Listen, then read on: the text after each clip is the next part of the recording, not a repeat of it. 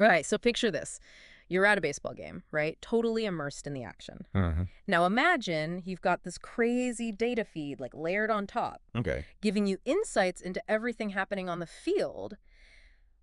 Would it actually help you appreciate the game more, Hmm. or would it just make your head spin? Yeah. Well, today we're going to dive into some research that tackles that very question. Interesting. It's a paper from the National Taipei University of Technology Okay. called Types of Major League Baseball Broadcast Information and Their Impacts on Audience Experience. I like it. Yeah. That's a good one.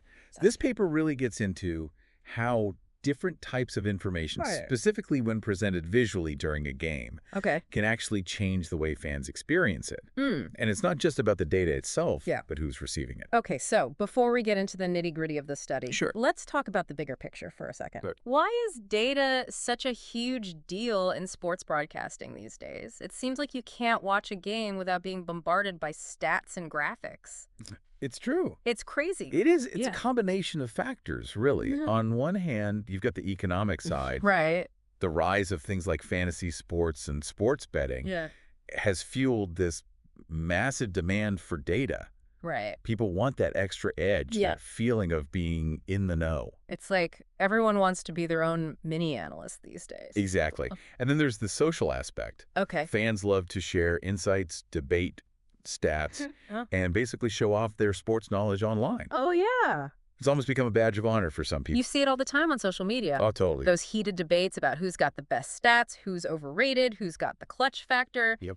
It's all part of the fun, I guess. It is. So this study zeroed in on Major League Baseball, right? Right. What makes baseball such a good testing ground for this kind of research? Well, baseball has always been a very data-driven sport. I mean, even before we had all these fancy graphics, Yes. people were poring over box scores and batting averages. Exactly. I mean, think about it. Yeah. And then MLB introduced StatCast, which uses high-tech cameras and radar to track everything that happens on the field in real time. Right. You're talking about the speed of the pitch, the launch angle of a hit, Yeah. even how quickly a player can get to first base. It's crazy how much they can measure. It is a lot of data. Yeah, so these researchers took all this data Right. and basically experimented with different ways of presenting it to fans during a game. What did that look like in practice? So they showed fans the same baseball game, but with 4 different information conditions. Okay, The first was just the raw game footage. got it. No extra graphics, just like you were watching a game on TV a couple of decades ago. So the classic viewing experience, that's our baseline, right? Exactly. Okay. Then they had 3 other conditions, each adding a different layer of information. Okay. One condition showed only information about the pitcher, like the type of pitch they were about to throw. Oh, that's interesting. Yeah. I can see how that would add a level of anticipation. Yeah. Another condition focused solely on the batter, showing a heat map of where they tended to hit the ball. Okay, that's getting strategic. You're starting to see patterns emerge. Right. Yeah. And finally, they had a condition that showed both the pitcher and batter information at the same time. Wow. Now, this is where things get really interesting, Okay. because they didn't just lump all the fans together. Right. They split them into 2 groups based on their baseball experience. So you've got your diehard fans, the ones who live and breathe baseball. Exactly. Okay. The researchers called them high participation level, or HPL fans. Got it. They either played a lot of baseball or watched it religiously. Okay. And then you've got your more casual fans, Right. the ones who might tune in for the big games or enjoy a day at the ballpark. Yeah. Yeah. Right? Those were the low participation level, or LPL fans. Got it. So what happened when you unleashed all this data on these 2 different types of fans? Yeah. Did it enhance their viewing experience? Did it make them pull their hair out? That's where the results get really surprising. Okay. And it turns out less is more, Okay. at least for those diehard fans. Hold on. You're telling me giving those baseball fanatics more data actually made them enjoy the game less? That's exactly what the study found. Wow. And it really makes you think about how we consume information Right. and the assumptions we make about more always being better. I know. I'm dying to hear more about those results, especially how those casual fans reacted to the data, but we'll have to save that for next time. Sounds good. So for the LPL group, for the casual fans, adding those graphics actually made the game more enjoyable and indeed more meaningful for them. Really? I would have thought that extra information would just be confusing for someone who isn't, like, already a baseball expert. Right. It seems kind of counterintuitive, but it Yeah. makes sense when you think about it. Uh, For those less familiar with the game, those little bits of information can act like guideposts, yeah. helping them understand what's happening and why it matters. So it's like having like a friend sitting next to you whispering explanations and insights throughout That's the game. It's giving them a deeper level of understanding that they wouldn't have otherwise. But you said there was a trade-off. Yeah, well, all that extra thinking does come at a cost. Mm-hmm. The study found that it increased their mental demand, Okay. meaning they had to put in more cognitive effort to process everything. I guess there's only so much brain power to go around, but it sounds like a worthwhile trade-off Yeah. if it actually makes the game more enjoyable. And that's the key point. It's not just about throwing data at people. It's about presenting it in a way that enhances their experience, Mm-hmm. you know, Yeah. not overwhelms them. So we've got the casual fans getting more engaged thanks to the added data. Right. But you said the diehard fans, the HPL group, actually enjoyed the game LSS when you added graphics. I'm still wrapping my head around that one. It is surprising, isn't it? But when you think about it from their perspective, Mm-hmm. it starts to make sense. These are people who've been watching baseball for years, maybe even decades. Right. They have a deep understanding of the game. Yeah. They can anticipate plays. They know the player's tendencies. Exactly. So for them, the added data wasn't helpful. It was almost like an insult to their intelligence. That's a great way to put it. Yeah. Imagine someone trying to explain the infield fly rule to you Right. when you've already been playing baseball for 20 years. Yeah. It would be annoying. Right. Totally. And did the study show that HPL fans were annoyed by the graphics? Well, absolutely. Not only did they report lower enjoyment, Okay. but they also experienced higher mental demand, meaning they had to work harder to filter out the irrelevant information. Right. They also reported higher temporal demand, Uh-huh. that feeling of being rushed because there was so much information to process before the next play. Ugh. I hate when I feel like I'm playing catch-up while watching a game. It takes away from the flow, right? Yeah. And ultimately, the HPL fans reported higher effort and frustration overall. Okay. It's like they were saying, just let me watch the game. I can figure this out on my own. And did the researchers actually get any direct feedback from these frustrated fans? They did. One HPL fan said, and I quote, "We already discern the information simply by looking at the video itself." It's like they're saying, we don't need your fancy graphics. Right. We've got our own internal StatCast going on. Exactly. And another HPL fan commented, "The information was clear, but it was less enjoyment than simply watching the game." Ouch.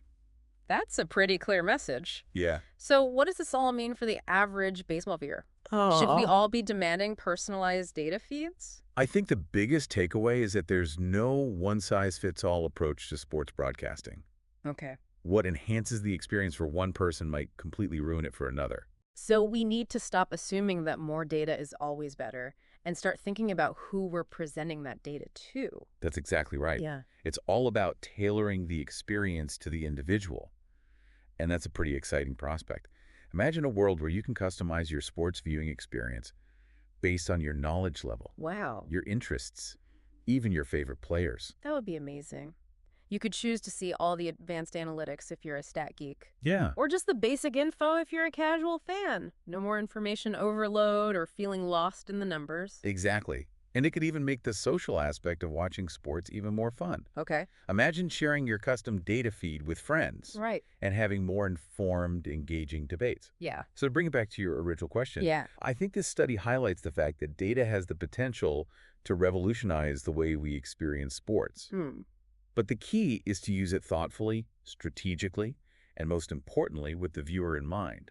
This deep dive has definitely changed the way I think about how information is presented, not just in sports, but in life in general. We're constantly bombarded with data, It's true. but we rarely stop to ask ourselves if that data is actually serving us. That's a great point. Yeah. We need to be more mindful of what information we're consuming and whether it's adding value to our lives Yeah. or just creating more noise. Yeah. It's about quality over quantity. Right. And it's about recognizing that different situations call for different approaches to information delivery. Maybe the next frontier isn't just personalized data feeds, Okay. but also personalized learning experience, choosing how we want to learn and at what pace. Okay, hold on. Let's unpack that a little bit. What would that even look like? Sure. How would you design a truly personalized learning experience, especially when it comes to something as complex and nuanced as sports? Well, it's a fascinating concept for sure. thinking about personalized learning, especially for something like sports.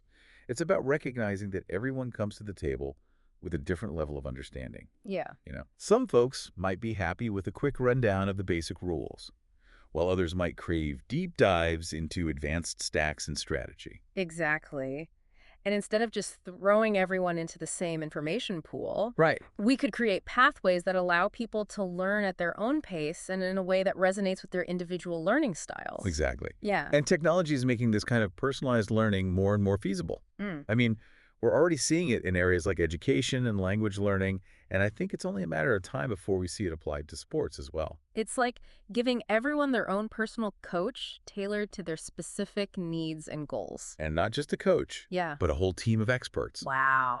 Imagine being able to access insights from former players, coaches, statisticians, even sports psychologists, all curated and presented in a way that makes sense to you. It's like having your own personal sports university at your fingertips. It really is. And to think this whole conversation started with a study about baseball broadcasts. I know, right? It just goes to show that even seemingly simple things can spark big ideas. Absolutely. Mm. And this is why I love diving into these research papers. There's always something new to learn, and it often leads us down unexpected paths. Thinking about all this makes me wonder if we're on the cusp of a real paradigm shift in how we consume and engage with sports. It's not just about passively watching a game anymore. Right. It's about becoming an active participant in the experience. I think you're right. And it's not just limited to sports either. This idea of personalized learning and information consumption has the potential to transform so many aspects of our lives. It's about empowering people to take control of their own learning journeys, to explore their passions, and to connect with information in a way that feels meaningful and engaging. And it all comes back to that central idea we've been talking about, tailoring the experience to the individual. Right. It's not about more information. It's about the right information presented in the right way at the right time. This research really gets you thinking about the user experience, whether it's designing a better broadcast, a better app, or even a better educational system. It's about creating an experience that meets people where they're at Right. and helps them get to where they want to be. Well said. Yeah. So as we wrap up this deep dive, I think the key takeaway for our listeners is this. Don't be afraid to question the way things are done. Don't assume that more is always better. And don't settle for a one-size-fits-all approach when it comes to information and learning. Right. Think about your own needs and preferences, and don't be afraid to advocate for a more personalized experience, whether you're watching a baseball game or exploring a new subject. That's a great point. This has been a fantastic deep dive, and I know I'll be looking at the world of sports and information in a whole new light. Thanks for joining me on this journey. It's been a pleasure. And until next time, keep exploring, keep learning, and keep challenging the status quo.